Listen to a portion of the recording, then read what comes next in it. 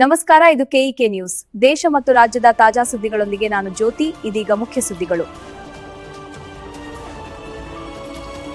UPSC ಗಿರಿ ಜಿಲ್ಲೆಗೆ ಮೂಡಿದ ಹೆಮ್ಮೆಯ ಗರಿ. UPSC union public service commission ನಡೆಸಿದ 2025ನೇ ಸಾಲಿನ ನಾಗರಿಕ ಸೇವಾ ಪರೀಕ್ಷಾ ಸಿವಿಲ್ ಸರ್ವಿಸ್ ಪರೀಕ್ಷೆಯ ಅಂತಿಮ ಫಲಿತಾಂಶ ಇದ್ದು ಶುಕ್ರವಾರ ಮಾನೋ 6 ಪ್ರಕಟಗೊಂಡಿದ್ದು, ಅಖಿಲ ಭಾರತ ಮಟ್ಟದಲ್ಲಿ ಯಾದಗಿರಿ ಜಿಲ್ಲೆಯ 4 ತೇರ್ಗಡೆಯಾಗಿ ಹೆಮ್ಮೆಗೆ ಪಾತ್ರರಾಗಿದ್ದಾರೆ.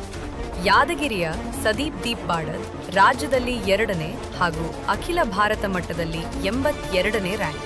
ವೈದ್ಯೆ ಡಾಕ್ಟರ್ ನಿವೇದಿತಾ ಭಾವಿಮನಿ 469ನೇ ರ್ಯಾಂಕ್, ಬಸವರಾಜ್ ಜವಳಿ 664ನೇ ಹಾಗೂ ಚಂದ್ರಶೇಖರ 880ನೇ ರ್ಯಾಂಕ್ ಪಡೆಯುವ ಮೂಲಕ ಗಿರಿ ಜಿಲ್ಲೆಗೆ ಹೆಮ್ಮೆಯ ಗರಿ ಮೂಡಿಸಿದ ಎಲ್ಲರಿಗೂ ಕೆಇಕೆ ನ್ಯೂಸ್ ವತಿಯಿಂದ ಅಭಿನಂದನೆಗಳು.